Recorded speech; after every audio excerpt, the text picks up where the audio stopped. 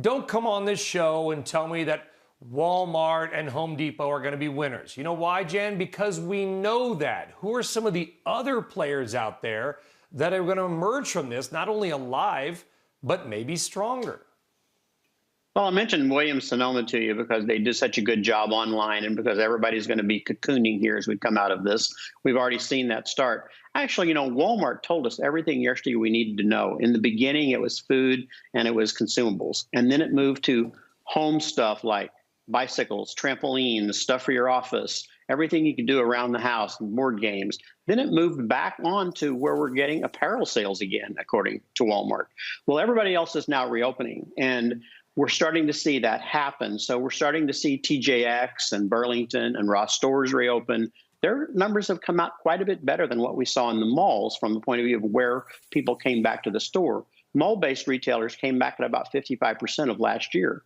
The guys off mall came back at about 85% of last year. So we're already seeing strength there. And when I mentioned Williams-Sonoma, they're mall-based, but they're also 60% online, and they make as much on an online sale as they do on an in-store sale. So I think they're going to have an advantage, and people like them. If you're selling for people to do things around the home, and that includes patio and garden, and it also includes inside your house, it includes furniture, it includes decor for your home, all of that's going to happen, as well as we're going to continue to see people build out their home offices. So I do like those sectors better, and I like mall-based sectors less. However, on your survivor point, Kohl's is going to survive, and they're still going to be with us when we come out the other side. Macy's is going to survive, and they're going to be with us on the other side. And Nordstrom's is going to survive and be with us on the other side. Anybody else in that space, we're not so sure any of them are going to be around. Yeah. We know Neiman's has already filed. We know Penny's has already filed. And then back in the mall, we know J. Crew has already filed. So we're going to see reductions there, even if they don't go away. Yeah. So I'm not optimistic about the mall. Jen, yeah, we had an analyst on yesterday who said something I never thought about. It was many things I never think about, by the way, which is this. When stores are closed, I mean, because even if you file for bankruptcy, you could still go on. But we're talking about actually shutting down a store in the mall. Rip the name off the outside and it goes to become an empty box. JCPenney, Macy's, they are shrinking their footprints. Those shoppers who would normally go there have now got to go somewhere else to get the same stuff. He suggested Target could be one of the winners. We know that. So you think Kohl's could be, it sounds like, one of those retailers that has to pick up that traffic because, mom's favorite store is now not there anymore. Well, they haven't announced any store closings. So they've now reopened 50% of their 1,150 stores, and they'll soon have them all back open, I suspect.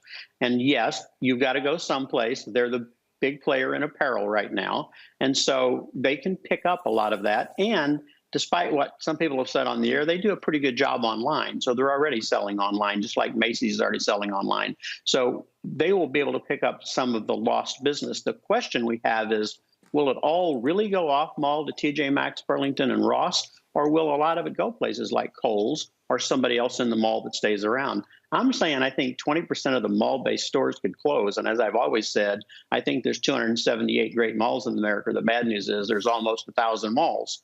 So about 300 to 500 of those are going to have to be reconfigured somehow. And the interior of the mall is going to have to be reconfigured too.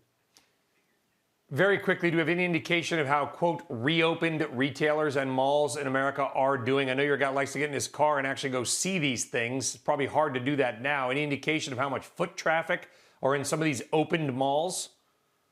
Well, I've seen some of them, and I tell you, I was at Costco and Home Depot this weekend. They were just going crazy. So we're certainly see people back out shopping. But if you look at the mall-based retailers themselves inside the mall, they're opening anywhere from 10% to 70% of last year's volume on the same days.